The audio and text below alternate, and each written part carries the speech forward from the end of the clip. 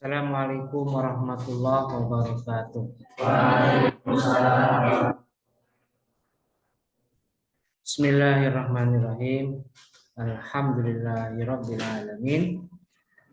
Wa bihi nasta'in ala umuri dunya waddin. Wassalatu wassalamu ala asyrafil anbiya'i wal mursalin sayyidina wa maulana Muhammadin wa ala alihi wa sahbihi ajmain. Rabbi shrah li sadri wa yassir li amri wahlul 'uqdatam min lisani yafqahu qawli amma ba'du. Baik, perkuliahan kita hari ini kita buka bersama-sama dengan membaca lafaz basmalah. Baik, mahasiswa jurusan HKI kelas A. Hari ini kita masuk ke pertemuan 13. Pertemuan 13. Ada berapa orang yang hadir di online ini? Siapa yang online ini? Putri Sazwina, mana Putri Sazwina videonya? Ayo Putri. Putri. Mana videonya, Putri? Putri. Putri Sazwina. Susah bacanya. Shaz. Mana Put? Puput. Si Teh Puput. Ayo videonya, jangan cuma foto profil atau tidak ada fotonya sama sekali nih. Ayo, mana Puput? Putri. Tidak nongol. Nih, Al-Fauzi salam juga ini. Al-Fauzi, Fauzi. Mana suaranya kamu? Suaranya mana? Fauzi, mana Fauzi? Kenapa tidak masuk Fauzi? Suaranya. Ada Pak. Habis nganter kakak dari rumah sakit, udah ngechat ke Bapak. Hah? Izin nganter kakak ke rumah sakit, baru pulang. Tadi udah ngechat ke Bapak. Antar kakak ke rumah sakit. Iya, Oke. Cilegon. Nggak keburu Pak kalau misalnya sekarang langsung ke Ya, sudah. paling Berikutnya, Putri, mana Putri? Suaranya Putri. Hadir Pak. Izin lagi ada acara keluarga. Kenapa Lagi ada acara keluarga. acara? Hah? Lagi ada acara keluarga di rumah. Kamu dilamar? Lamaran kamu? Mau nikah kamu?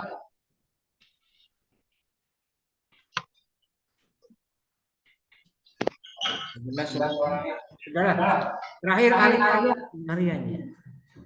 Kok ada di sini namanya kamu di sini? Putri Sazwina sama Fauzi udah masuk ya. Ada lagi enggak? Tadi ada namanya Rizky. Mau keluar? Luar buruk. Apa sih kalau masuk tidak apa-apa. Sekarang perhatikan. Sebelum saya mulai, saya sampaikan dua hal. Pertama, yang minggu keberapa itu? Kelas HKIA tidak ada kan ya, karena ada catatan buram yang sudah saya ajak diskusi mahasiswa perwakilan HKIA. Langsung duduk. Ya, langsung duduk. Catatan buram terkait apa itu namanya ketidakhadiran mahasiswa ini di pertemuan ke-11 ya. Artinya pertemuan 11 harusnya ada materi jadi tidak tersampaikan. Lalu bagaimana Pak solusinya? Saya tuh 2 hari 2 malam pun mikir setelah menemani atau menerima kalian tempo hari itu saya pikir gimana caranya ya, gantinya apa ini.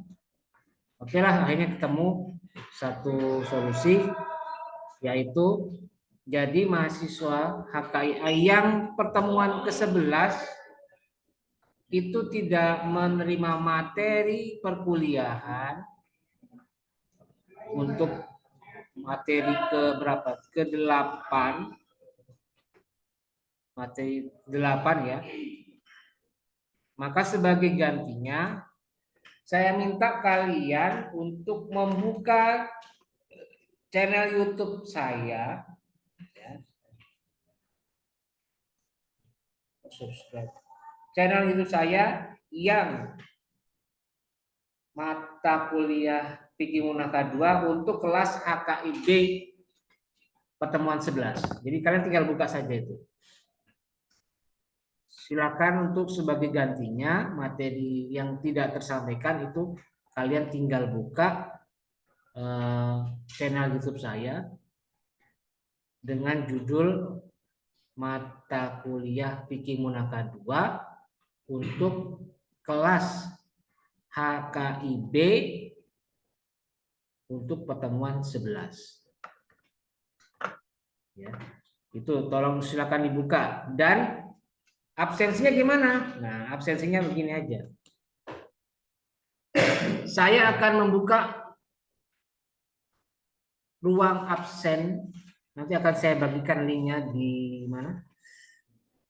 Di GCR. Hanya 1 jam saja. Ini khusus hari perkuliahan tanggal yang kemarin itu yang tidak masuk. Jadi di catatan saya kalian tidak masuk atau tidak mengikuti perkuliahan pada tanggal 11 Mei 2023 hari Kamis. Dan itu juga berarti nanti saya akan memberikan keterangan absensi harian HKIA tanggal 11 Mei 2023 untuk MK Fikih Munakah 2. Dan saya hanya membuka 1 jam. Kalau 1 jam itu tidak ada, ya sudah berarti hangus. Jadi yang tidak absen hangus. Jadi itu solusinya ya. Jadi yang materi pertemuan 11 silakan kalian buka channel YouTube saya untuk kelas HKIB. Saya tunjukkan ya biar gampang nanti carinya. HKIB yang ini. Oke. Saya share coba ya untuk memudahkan. Saya share screen ya. Ini dia. Nah, ini dia ya. Sambil lihat di mana? Di Google, di Zoom meeting. Yang tadi itu siapa? Ardi dan siapa tadi? Rizky. Kalau ingin tahu lihat masuk saja. Ini yang ini ya. Putri dan Fauzi. Ini silakan kalian buka. Untuk mengganti apa ya? Perkuliahan yang tempo hari tidak masuk. Judulnya MK Fikih Munakah 2 HKIB 2022-2023 pertemuan 11 tanggal 11 Mei 2023. Silakan kalian buka itu saja. Nah, itu yang pertama yang perlu saya sampaikan. Yang kedua, terkait absensi hari ini. Oh ya, yang tadi kan tadi saya mau janji absen. Nanti saya akan informasikan di GCR terkait absensi tanggal 11 Mei. Nanti akan saya umumkan di GCR. Itu yang pertama tadi ya. Sekarang yang kedua, untuk absensi hari ini silahkan kalian masuk dulu di Zoom meeting, langsung. Masuk di Zoom meeting, karena nanti di saat sudah masuk Zoom meeting, saya akan bagikan absensi hari ini, link absensi hari ini. Saya tidak akan membagikan link absensi di luar atau di GCR saja. Karena untuk mengantisipasi jika ada mahasiswa yang tidak masuk itu absen. Jadi ini benar-benar benar-benar terjaga. kredibel. Jadi yang mau absen silakan masuk dulu ke Zoom meeting. Kan channel apa? Link password dan ID kelasnya sudah saya bagikan di GCR. Silakan masuk dulu.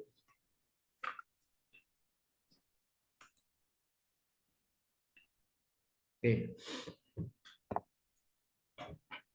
Baru 8 orang, baru 7 Pak. 7 orang yang masuk. Baru 6. Yang lain silakan masuk secepatnya, ayo.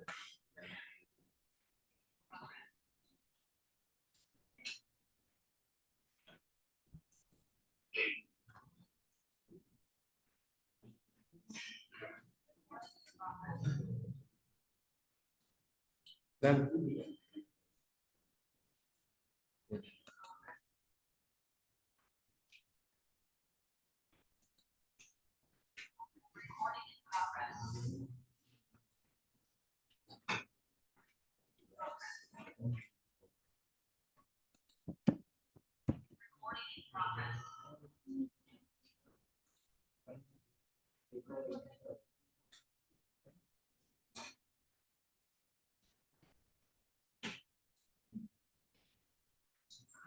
oke, akan saya share ya, silakan dilihat.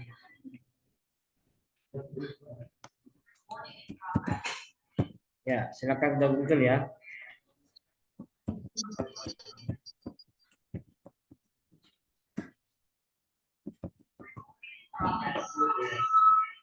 Tolong dimatikan audionya, bukan di mute saja, tapi dimatikan, biar tidak dengung ya suara saya tadi. Dimatikan, leave, atau pencet apa ini?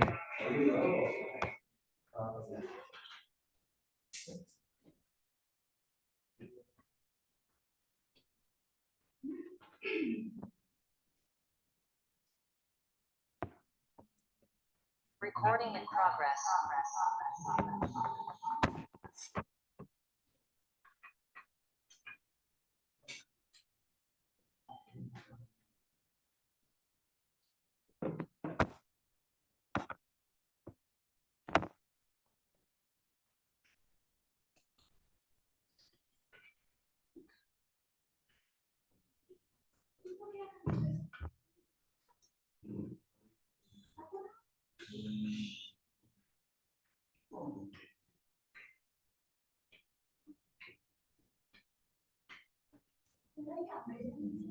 Pasmanya siapa pasmanya?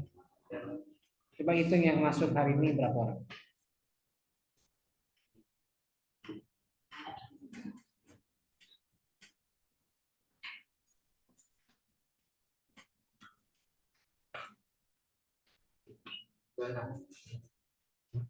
Dua enam. Banyak ini kok 26.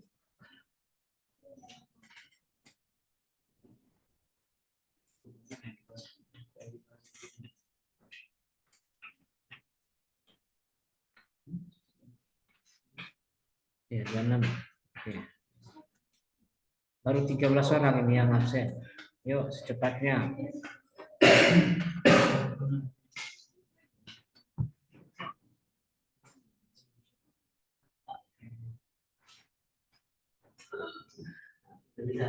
Maaf ya.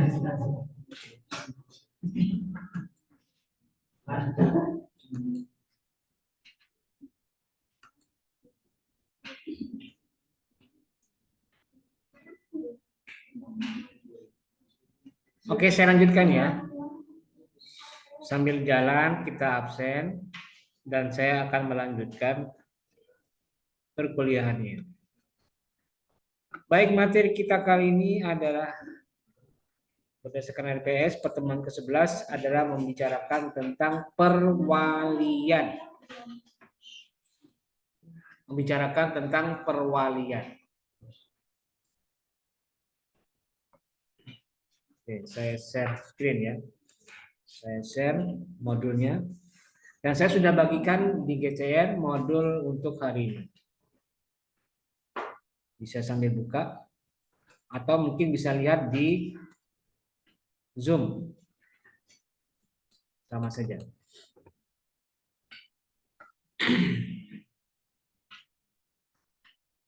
Oke, sudah muncul ya. Ini materi tentang perwalian.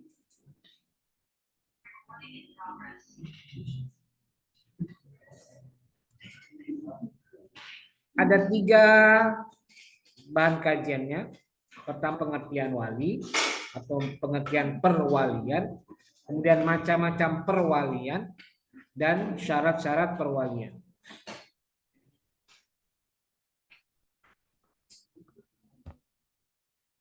Yang pertama pengertian. Pengertiannya saya ambil dari Wabah Az-Zuhaili halaman 746 ya.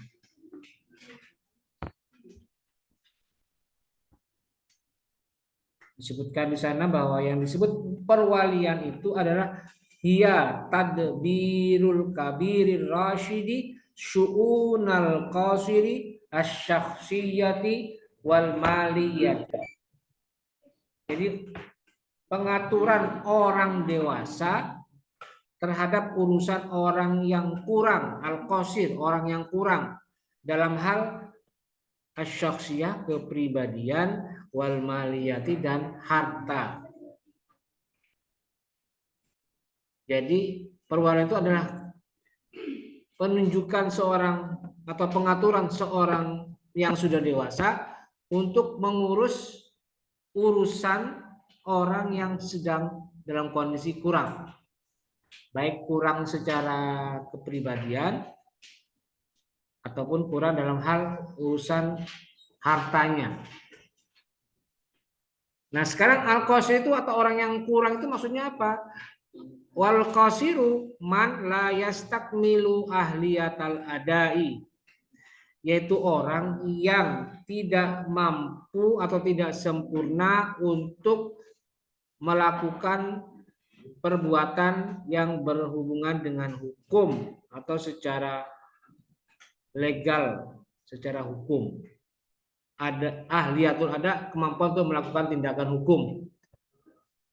Istilah ini akan sering kita temukan kalau nanti kita misalnya bicara tentang misalnya hukum perkawinan, hukum kewarisan, hukum perikatan, hukum dan lain sebagainya, segala macam hukum, baik hukum positif maupun hukum Islam.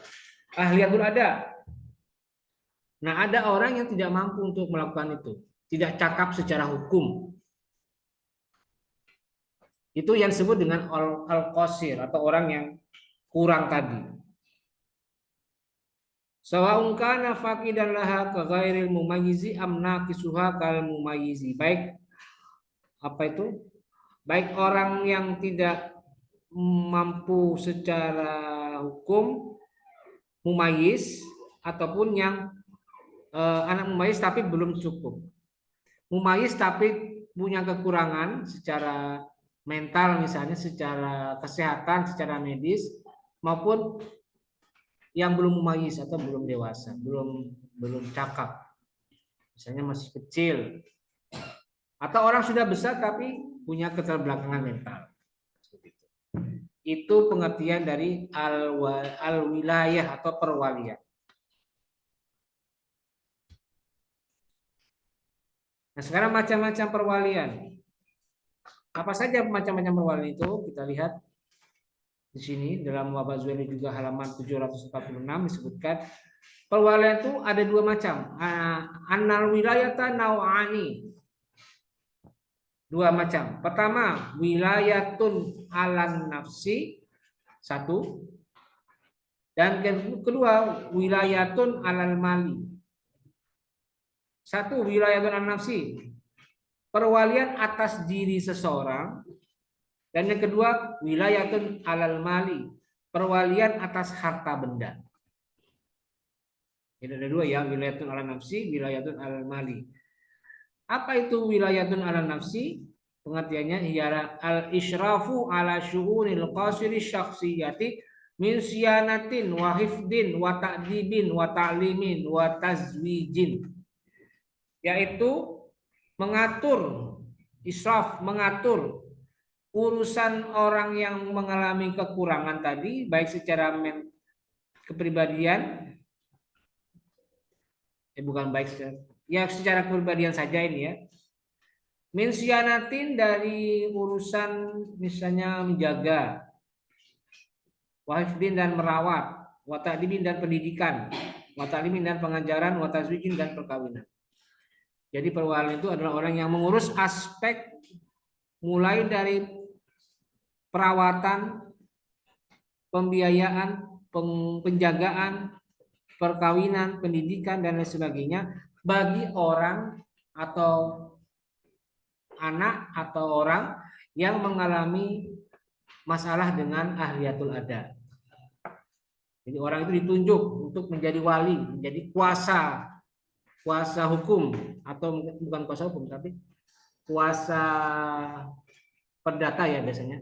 Kuasa perdata atas kasus-kasus orang yang tidak cakap secara hukum. Jadi dia yang mengurusi urusan kalau misalnya ada transaksi ya dia yang mengurusi transaksi. Kalau misalnya ada urusan penandatanganan ya dia yang menandatangan.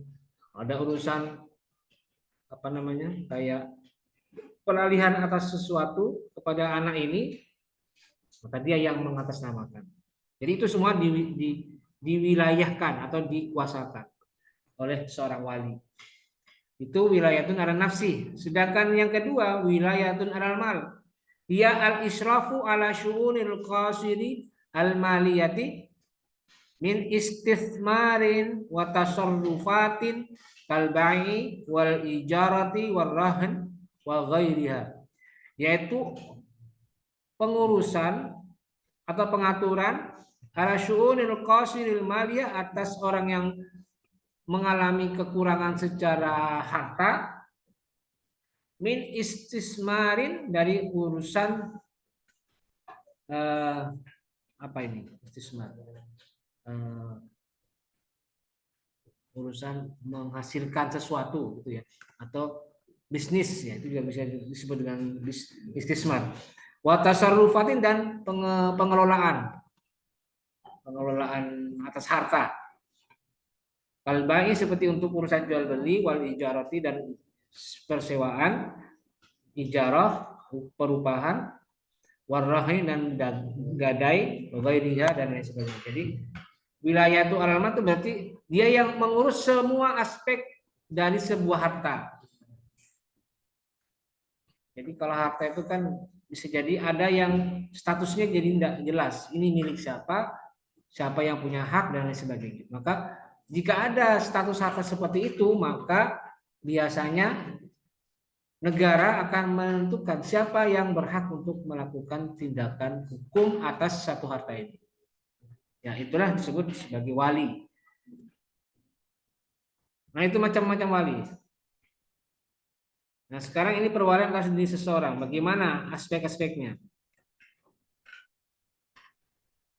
Terus siapa sebenarnya yang berhak menjadi wali atas seseorang yang mengalami kekurangan secara kepribadian atau al-qasirus syakhsiyah? Ada beberapa ulama, beberapa pandangan mazhab berpandangan mengenai aspek ini.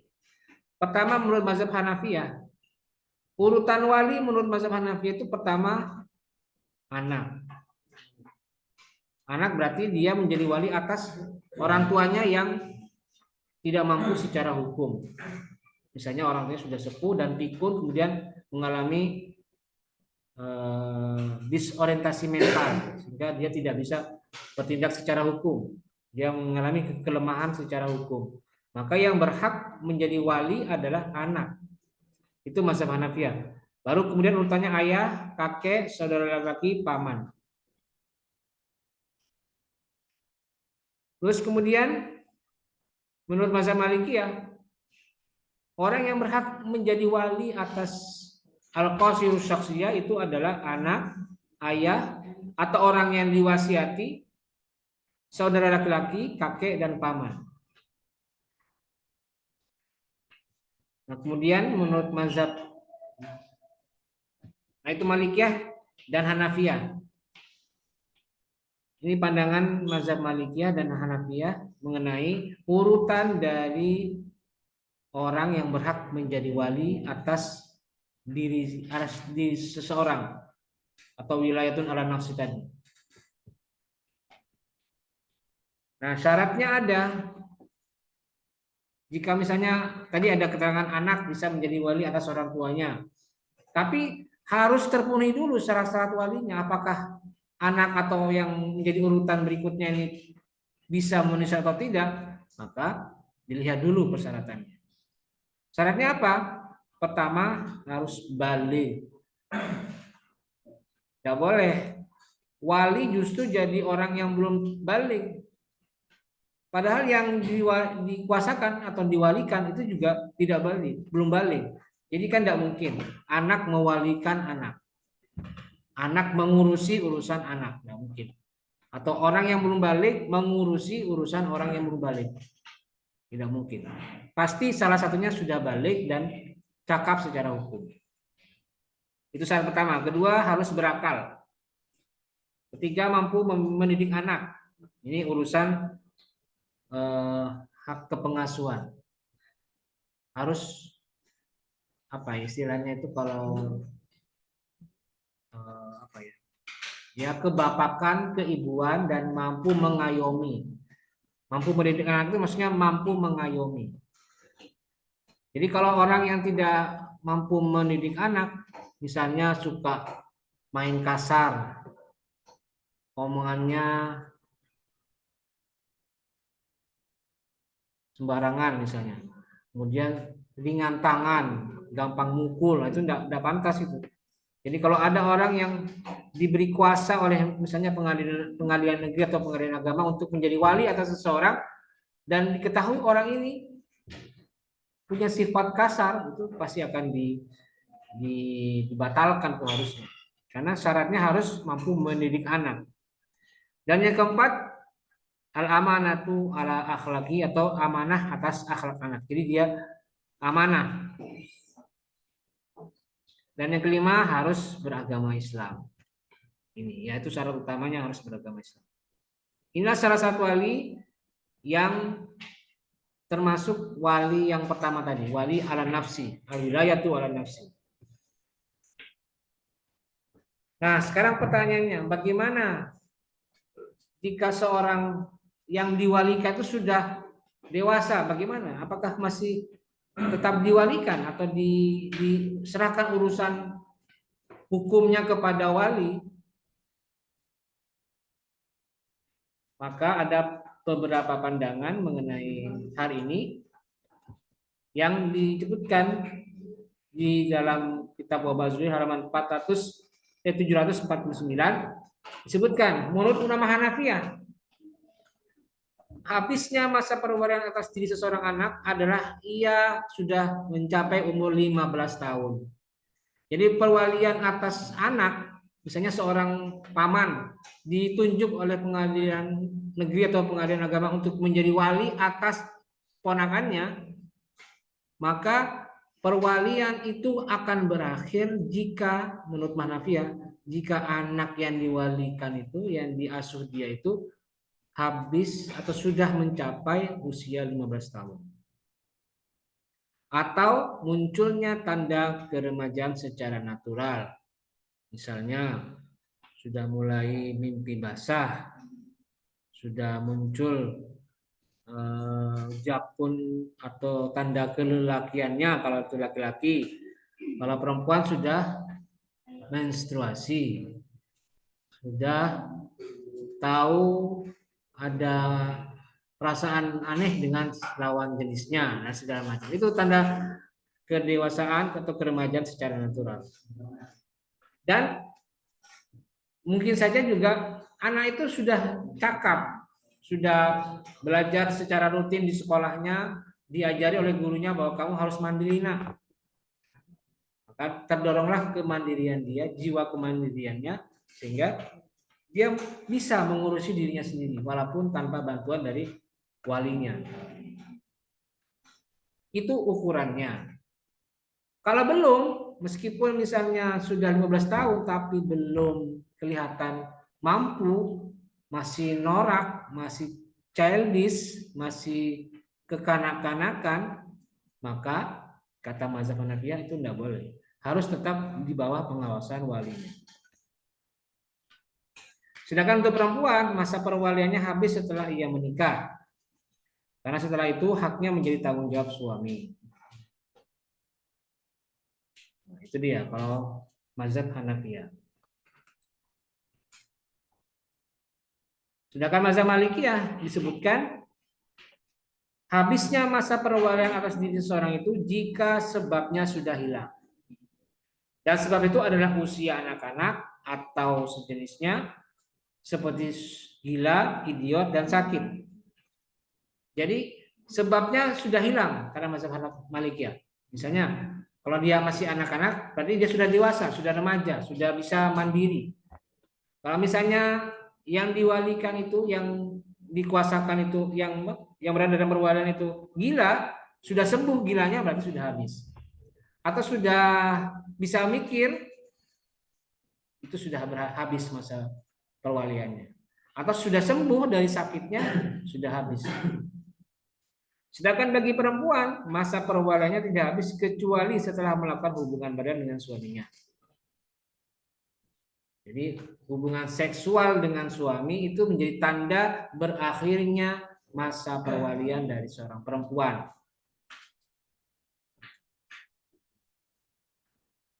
Nah, berikutnya adalah berhubungan dengan perwalian atas harta benda. Ini yang kedua sekarang.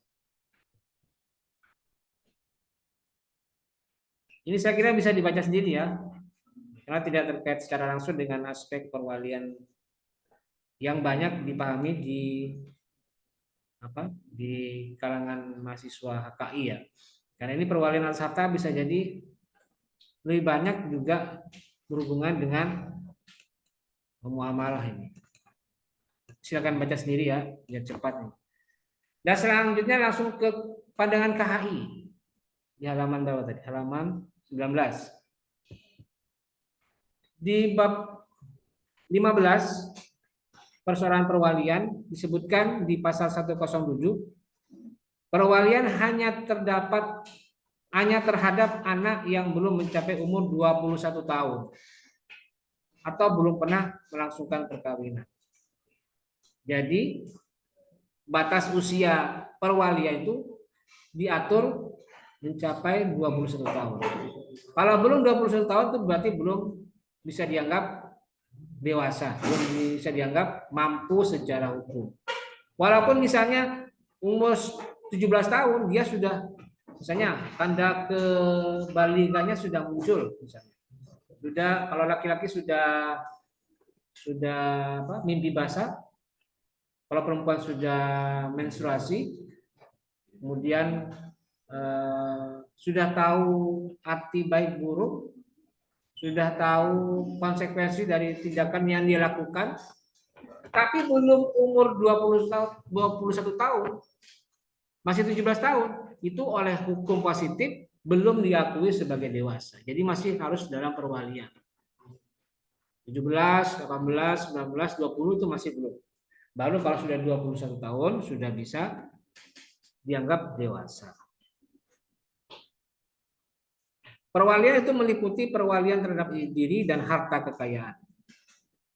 Ini dan seterusnya bisa dibaca sendirilah ini aspek KHI ini. Bisa dibaca sendiri ya semuanya ya ini.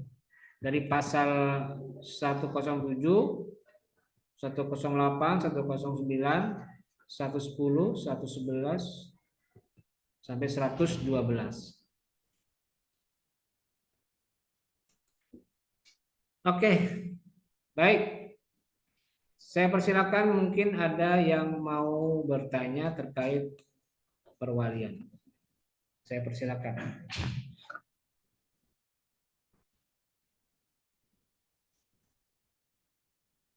Ada, ya silakan. Jadi kan di masa perwalian atas diri seorang kan. Ya. Di sini ulama menurut Hanafiyah dan Malikiyah. Apakah di sini Syafi'i dan kembali mengikuti kedua ulama ini apa berbeda? Kalau misalkan berbeda, apa gitu? Menurut mereka itu?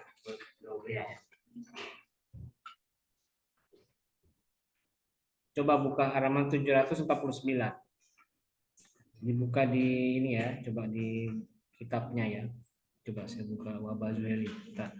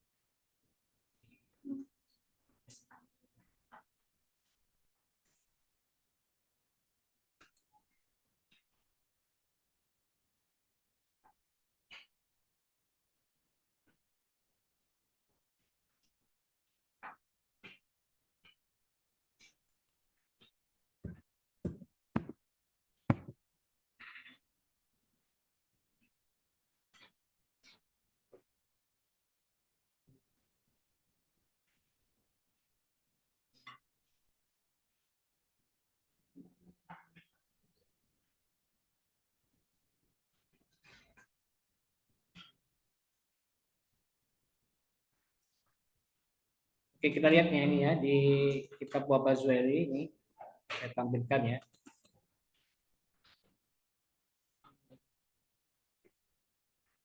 Oke, lihat.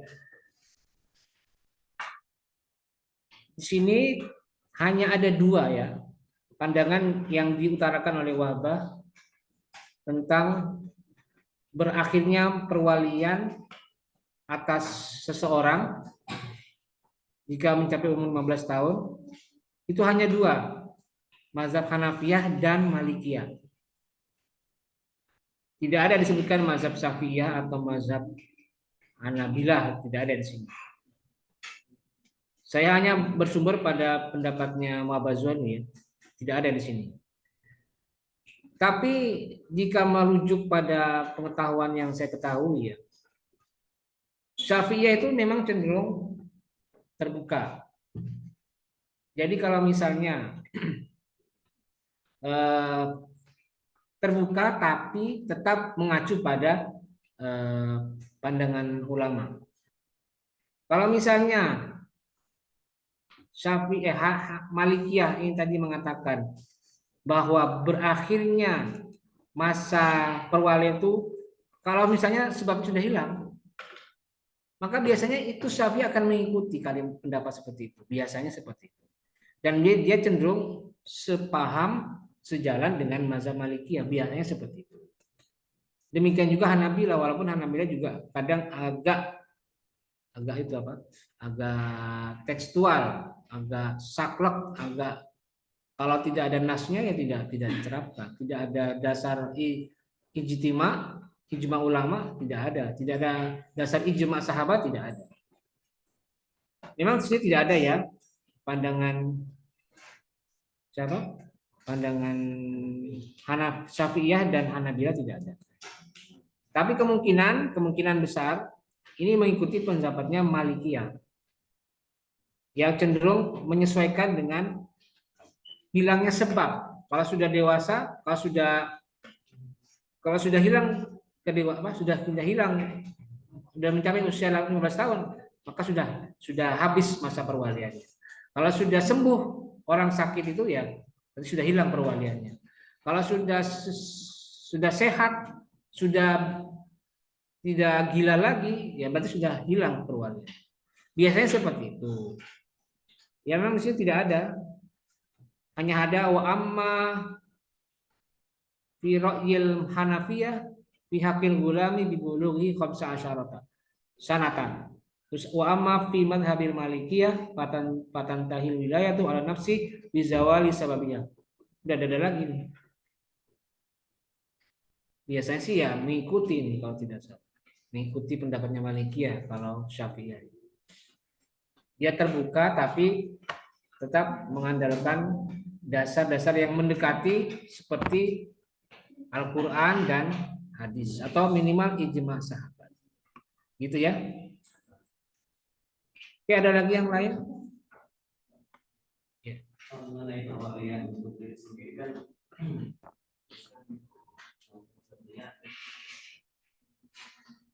apalagi ini katakan dari ini anak, ayah, kakek. Nah, sedangkan ada kata wali yang ditunjuk, gitu, atau wali yang ditetapkan, dipercayai. Misalkan kalau kan sekarang nggak semua orang beruntung ketemu keluarganya, ada bahkan ada anak-anak yang kayak tinggal di panti asuhan dan lain sebagainya. Nah, apakah mengenai perwalian ini mereka tetap diwalikan kepada orang yang mengurusinya walaupun beda dengan asal atau seperti apa? Terus kan kalau di hukum positif kan itu ada namanya kurator yang tadi saya sebutkan, itu apa namanya, ditunjuk oleh pengadilan atau ditunjuk oleh keluarganya untuk mewakili apa, kuasa hukum dalam artian mengurusi tindakan hukum si yang di kuratornya mengawasi seseorang itu, dalam artian menjadi wali kuasa hukum atau tindakan hukumnya itu dilakukan oleh dia, seperti jual beli, perjanjian dan sebagainya ditandatangani sama kurator itu. Nah, apakah itu secara hukum Islam itu sah menjadi seorang wali atau bagaimana? Yang pertama kan tadi kayak penjatuhan atau anak angkat, yang kedua itu kurator, bagaimana? Yang jelas gini ya, ada persamaan antara perwalian dan hadonah karena sama-sama mengurusi. Sama sebenarnya kalau bicara itu. Kalau misalnya anak yang belum cakap secara hukum, masih belum balik, itu dia harus berada dalam hadonah orang tua. Kemudian orang tua dalam ini minimal ibu dan garis keturunan ibu. Oleh setelah itu pindah ke yang lain. Itu aturannya dalam Islam. Cuma persoalannya dalam konteks lain, hukum positif, sama nggak sebenarnya perwalian dan hadonah? Dari sisi penunjukan siapa yang berkuasa, yang mengasuh, sama antara perwalian dan hadonah. Tapi ada perbedaan di antara keduanya. Apa perbedaannya? Kalau hadonah itu kan ada otomatisnya, bahwa nanti kalau misalnya ada perceraian atau ada apa, maka yang berhak menghadonahi adalah orang tua perempuan dan garis keturunannya. Dalam Islam ada ketentuan, ada hadisnya. Tapi kalau misalnya sudah berhubungan dengan aspek lain, misalnya ini anak yatim piatu, anak yang terlantar, anak yang tidak memiliki nasab orang tuanya karena sudah hilang misalnya. Kemudian dia belum cakap umur, belum cakap secara hukum. Nah, siapa yang bertanggung jawab untuk mengurusi? Siapa yang bertugas untuk misalnya nanti kalau dia sudah dewasa, tiba-tiba dia dikasih hadiah oleh orang lain, disodakohi, dizakati, terus uangnya gimana? Cara pengelolaannya? Nah, mau tidak mau dia harus mendapatkan kuasa atas perwalian yang diserahkan kepada wali. Jadi yang berbeda adalah kalau hadonah kan ada derajat, ada genealoginya, ada silsilahnya. Tapi kalau perwalian itu bisa semuanya pada aspek yang lain, termasuk juga kuasa atas harta. Kan tadi wilayah ala nafsi, wilayah al mal. Jadi itulah perbedaan antara perwalian dan hadonah. Jadi tidak masalah kalau ternyata wali yang mengurusi seorang anak ini tidak ada hubungan darah dengan anak yang diwalikan itu. Jadi tidak masalah karena ada kekuatan hukumnya, misalnya ditunjuk oleh pengadilan.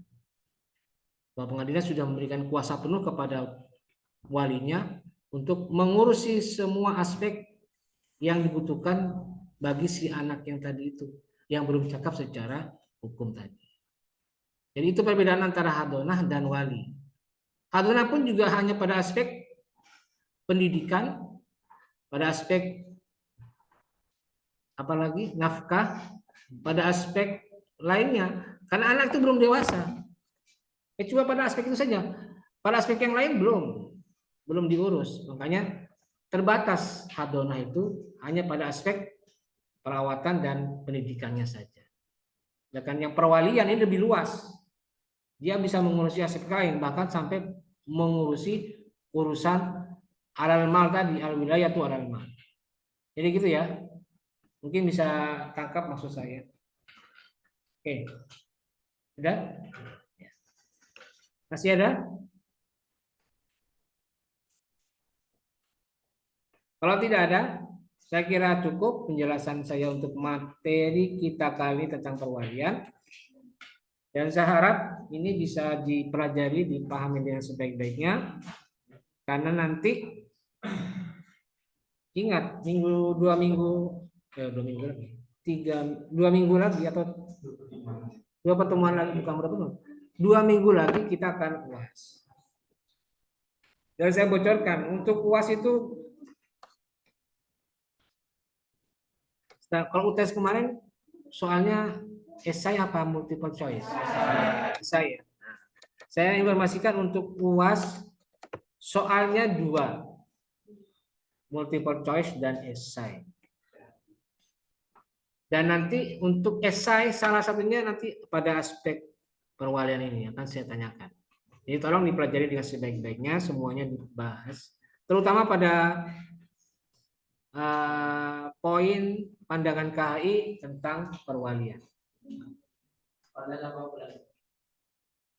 Online dan offline. Ujiannya online, tapi diawasi secara offline. Ya kayak kemarin lah. Jadi saya hadir di kelas untuk mengawasi ujian kalian. Oke, baik. Fauzi dan Putri tadi siapa? Putri Syazwina. Ya Pak. Jelas Fauzi? Jelas Pak, kedengeran Pak. Oke. Putri Syazwina, mana Putri? Putri kemana nih Putri? Hadir, Jelas Pak. Putri? Tidak ada yang ditanyakan Putri? Nggak ada, Pak. Ya sudah. Oke, baik. Dan sebelum saya akhiri, saya mau konfirmasi dan cross check dulu untuk absensinya. Ada yang belum absen? Sudah semua ya? Oke, saya mau cross check dulu. Ada 30 yang mengisi absen ini. 30 orang. Oke, perhatikan, saya tanya. Mana Vina Rahmatika ada? Oke. Berikutnya Khaliso Naila. Anggriani Tri Lestari. Abdullah Nur Agis. Arya Ardiansyah. Putri Novi. Putri Syazwina itu ada ya tadi ya. Dewi Kartika. Afkarul Azki. Saya kemarin kan kayaknya mendaftar ujian susulan, iya. Tapi nilainya mah keluar setelah mengumpulkan. Tapi di meja saya ada informasi dari Bapak. Bisa aja saya kasih keterangan di situ, saya mengikuti mengumpulkan nilainya keluar tapi telat gitu. Tapi nilai keluar kan? Keluar. Ya udah, ngapain masih ujian susulan lagi? Ya sudah. Makanya saya kaget tuh, kok Afkarul ini sudah ada nilainya tapi kok masih daftar ini. Masih pengen naik kali ini. Pengen remedial apa gimana ya? Oke. Berikutnya Wangun Ajen. Muhammad Rizki. Muhammad Rizki Raja. Berikutnya Irfan Fauzi. Mia Sukmawati. Agus Maulana. Anwar Firmansyah. Al Fauzi Salam, tadi ada ya. Putri Khatami. Mila Syifa. Rizky Muhammad Arsi. Sri Puji. Muhammad Farhan. Ada Pak. Munawaroh. Ahmad Syifa. Hah? Mana online? Coba lihat. Nah, ada nggak sifat di sini? Hah? Mana? Hah? Ahmad Sifa. Oh, Haikal, namanya Haikal. Oh ya sudah, oke. Ya sudah, dia konfirmasi. Berikutnya, Fitriah Tahta, Fawaz, Muhammad Farhan Munawar. Farhan Aulia mana tadi? Oke, terakhir Ibnu Kusairi. Ibnu Kusairi ada? Mana Ibnu Kusairi? Ada nggak Ibnu Kusairi? Mana nih Ibnu Kusairi kok nggak ada?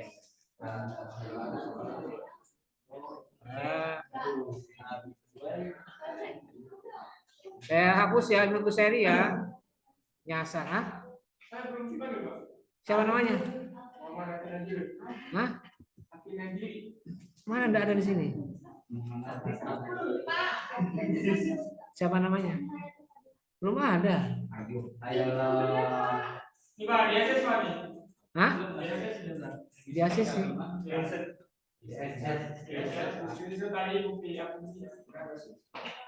Coba sini. Di sini sudah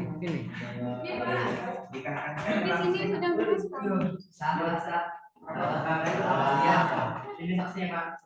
Sampah lah. Panas gua. Mana enggak ada di sini? Oh ini ya, oh ini dua nih ya. Oke ya udah. Udah. Oke ya. Oke baik, saya kira cukup. Terima kasih. Semoga materi kita kali ini bisa dipahami dengan baik dan memudahkan proses ujian nanti. Baik, mari kita akhiri dengan bersama-sama membaca lafaz hamdalah. Alhamdulillah. Terima kasih. Wallahul muwaffiq ila aqwamit thoriq. Wassalamualaikum warahmatullahi wabarakatuh. Assalamualaikum warahmatullahi wabarakatuh.